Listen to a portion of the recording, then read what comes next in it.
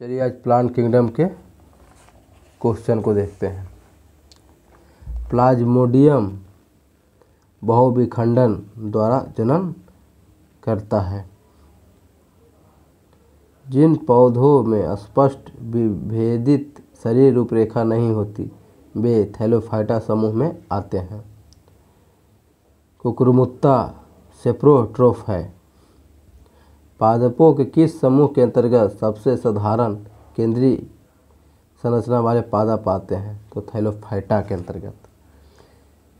निम्नलिखित में से किस प्रकार के प्रजनन में पूर्ण वयस्क छोटे जीव अपने जनक शरीर से अलग हो जाते हैं और एक नया स्वतंत्र जीव बनाते हैं? तो मुकुलन यानी बडिंग। निम्नलिखित में से क्या बीजाणु निर्माण द्वारा प्रजनन करता है? तो राइजोपस। मुकुलन में असमान अनुजात कोशिकाओं का उत्पादन होता है। मुकुलन के माध्यम से अलैंगिक प्रजनन किसमें होता है? तो ईस्ट में होता है। निम्नलिखित में से कौन से जीव ब्रेड मल्ड के रूप में भी जाने जाते हैं? तो राइजोपस।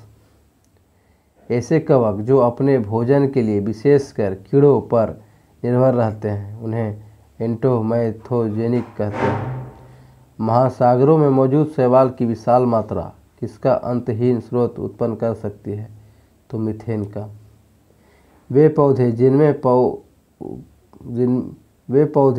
पौधे के विभिन्न भाग उपस्थित नहीं होते थैलोफाइटा समूह में आते हैं। निम्नलिखित में से कौन राइजोट्स के बारे में गलत है? राइजोट्स में पूर्ण विकसित तना, जड़ और पत्तियां नहीं होता।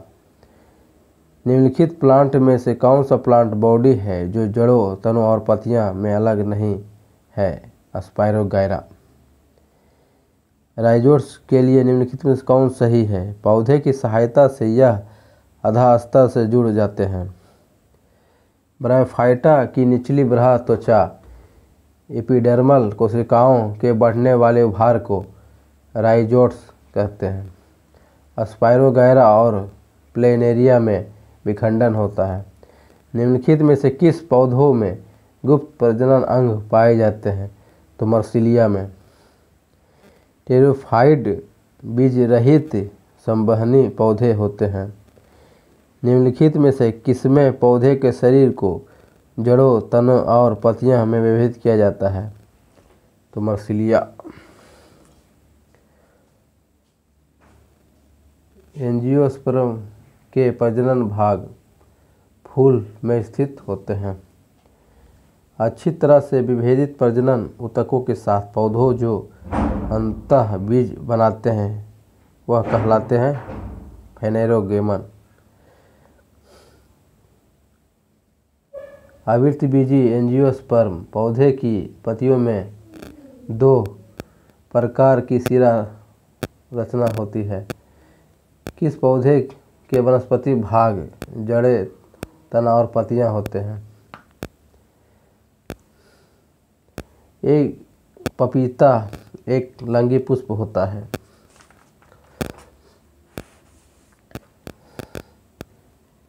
सरसों ये पुंकेसर के भाग है। सरसों एक उभयलिंगी पुष्प होता है। निम्नलिखित में से कौन पुष्प के मध्य में स्थित होता है? तो कार्पेल।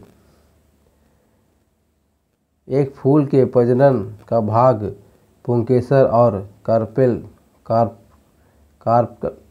कार्पकल्स है। प्रजनन के लिए फूलों में आवश्यक अंग कौन है? तो पुंकेसर और स्त्री केसर। फूलों के हिस्से जिस आधार पर उपस्थित होते हैं उसे क्या कहते हैं? पुष्पासन। इनमें से कौन सा उभयलिंगी फूल है? सरसों। बीजपत्र पौधे के बीज में एक खाद्य भंडार के रूप में कार्य करता है। केले के खाने योग्य हिस्सा क्या कहलाता है? फलभित्ति या एंडोकैर्प एंड मेसोकैर्प। पौधे भविष्य के लिए खाद को बीजपत्र कोटिलीडन में संग्रहित होते हैं। उच्च आर्द्रता स्थिति में वाष्पोत्सर्जन कम हो जाता है। फल पादप का ही एक वर्धी भाग नहीं है। वन बाष्पोत्सर्जन द्वारा वातावरण में नमी बढ़ाते हैं। फाइटो हार्मोन क्या है? प्रकाश संश्लेषण के लिए इस्तेमाल किए जाने वाले पदार्थ। ऑक्सीजन हार्मोन के विसरण के कारण पौधे जड़ की दूसरी तरफ मुड़ जाते हैं। पौधे के मामले में मिट्टी से अवशोषित किया गया नाइट्रेट मुक्त नाइट्रोजन में परिवर्तित हो जाता है। जिएटिन का उत्पादन जड़ों में होता है और इसे जाइलम से टहनी तक पहुंचाया जाता है। निम्नलिखित में कौन रंध्रों के बंद होने और पत्तियों के गिरने में मदद करता है? तो एब्सिक अम्ल। पौधों में स्रावित होने वाला वह हार्मोन जिसके कारण उसका तना सूरज की रोशनी की ओर झुक जाता है, तो ऑक्जिन। जब पौधे के भाग की वृद्धि प्रकाश की अनुपस्थिति में होती है तो इस प्रक्रिया को कहा जाता है ऋणात्मक प्रकाशानुवर्त। पौधे प्रजनन की किस विधि द्वारा उत्पन्न होते हैं जिसमें आनुवांशिक रूप से सभी गुण पौधे में होते हैं? तो वर्धी जनन। गुलाब तने के जरिए फैलता है। निम्नलिखित में से कौन बढ़ते भ्रूण के लिए पोषक उत्ता का कार्य करता है? एंडोस्पर्म। एक प्रकार के अलैंगिक प्रजनन को पहचाने जिसमें जड़, तना और पत्तियां जैसे पौधे के कुछ हिस्सों के माध्यम से प्रजनन शामिल है। वानस्पतिक प्रजनन।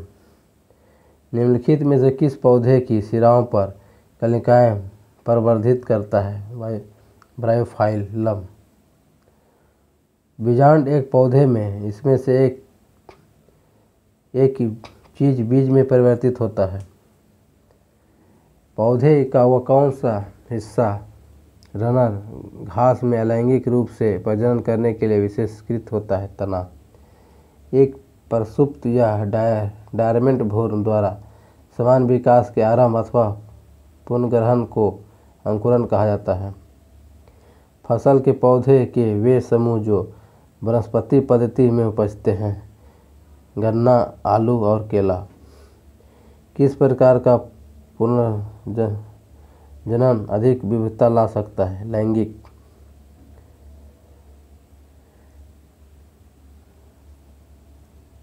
परागण है परागकोश से स्टिग्मा तक पराग का संचारण।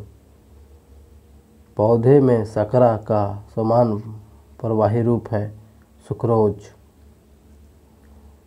पौधे में पानी का अवशोषण मूल रूम द्वारा एक प्रक्रिया से होता है, वह कहलाती है परासरण।